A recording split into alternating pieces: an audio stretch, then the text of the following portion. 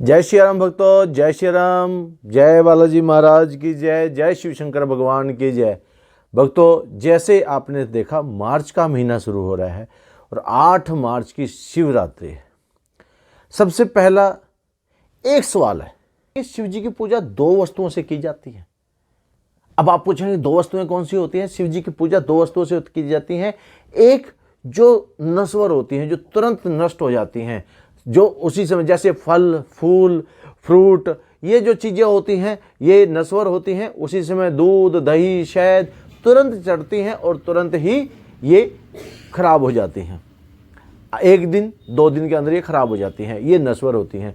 एक होती है जो खराब नहीं होती, लंबे समय तक चलती हैं, जैसे आभूषण, जैसे वस्त्र, जैसे घंटा, जैसे शिव जी के साथ में जो नाग लगते हैं वो नाग, शिव के ऊपर जो जल चढ़ने वाली टोकनियाँ होती है वो लोटा, ऐसे जो शिव जी के समान होते हैं, जो जैसे जल चढ़ते हैं, तो वो जो चीज़ें होती हैं, वो जो पूजा में यूज की जाती हैं वो होती हैं, वो नष्ट नहीं होती, वो लंबे समय तक उपयोग में आने वाली वस्तुएं होती हैं।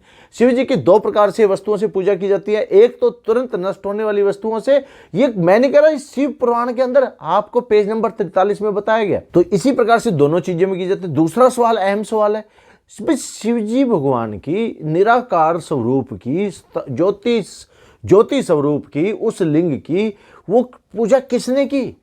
सबसे पहले वो पूजा की ब्रह्मा और विष्णु। शिवलिंग के एक साइड पर ब्रह्मा जी हो गए और एक साइड पर विष्णु जी हो गए। और विष्णु, ब्रह्मा जी और विष्णु जी के गुरु कौन है? ब्रह्मा जी और विष्णु जी के गुरु हैं, ये भी शिव पुराण के अंदर पूरा उल्लेख किया गया है कि ब्रह्मा जी और विष्णु जी को गुरु मंत्र देने वाले स्वयंभू शिव शंकर भगवान हैं।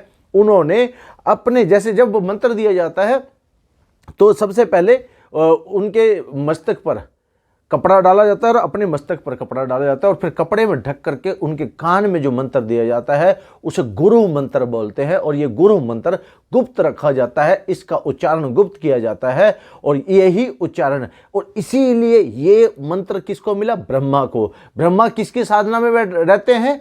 शिव की। और विष्णु जी किसकी साधना में रहते हैं? शिव की। कौन सा मंत्र का उच्चारण करते हैं?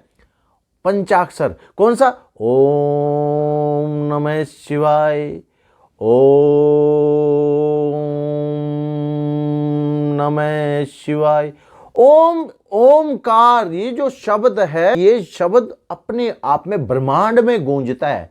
ये जिस वक्त ज्योति स्वरूप में प्रकट हुआ था उसी वक्त में ये शब्द भी शब्द घोष के साथ प्रकट हुआ था। और ये शब्द जो है ये वो गुप्त रहस्य है, इसके उच्चारण मात्र से सारी सृष्टि के अंदर वाइब्रेशन होती है। वाइब्रेशन जिसे कहते हैं, पूरी बॉडी के अंदर नेगेटिव एनर्जी वाइब्रेशन के थ्रू बाहर निकल जाती है और पॉजिटिव एनर्जी आपके घर में प्रवेश करती है।